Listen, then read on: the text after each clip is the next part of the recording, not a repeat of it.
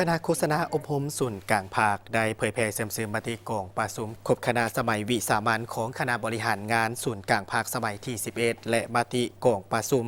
ของคณะบริหารงานศูนย์กลางภาคว่าด้วยการปรับปรุงกงจักการจัดตั้ง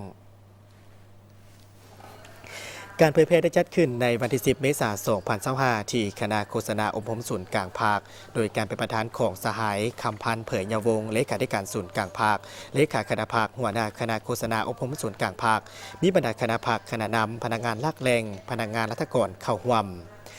สหายคำพันธ์เผยยาวงศ์ได้เผยแพร่เสื่อมซึมมติกองประชุมคบคณะสมัยวิสามัญของคณะบริหารงานศูนย์กลางภาคสมัยที่ 11 ได้ดำเนินในวันที่24 หาวันที่25 กุมภาพันธ์ 2025 ที่ห้องว่าการศูนย์กลางภาคนครหลวงวิจันทร์โดยภายใต้การเป็นประธานของสหายทองลุ้นศรีสุริตเลขาธิการใหญ่คณะบริหารงานศูนย์กลางภาคพัฒนปฏิบัติลาวประธานประเทศซึ่งได้ยกให้ฮู้ว่า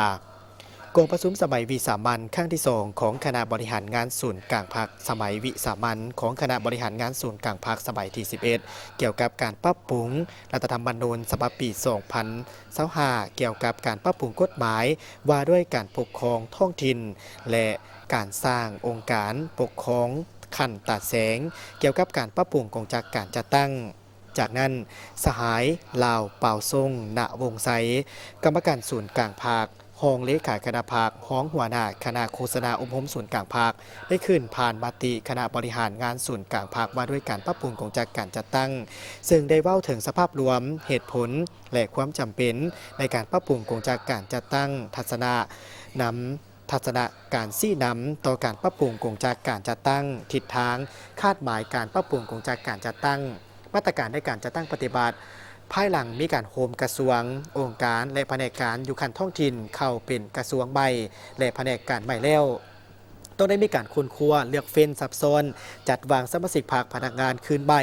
ซึ่งมีเป้าหมายจำนวนหนึ่งจะสืบต่อในการปฏิบัติหน้าที่ในตำแหน่งเดิมหรือหลุดจากตำแหน่งเดิมและเป้าหมายจำนวนหนึ่งได้รับการนโยบายพักการหับอุดหนุนบำนาญหรืออุดหนุนเทื่อเดียวตามระเบียบการและอื่นๆจากนั้นสหายคำผาอินแสงห้องหัวหน้าห้องว่าการศูนย์กลางภาคได้เผยแพร่คำแนะนำเกี่ยวกับการปรับปรุงกงจักการจัดตั้ง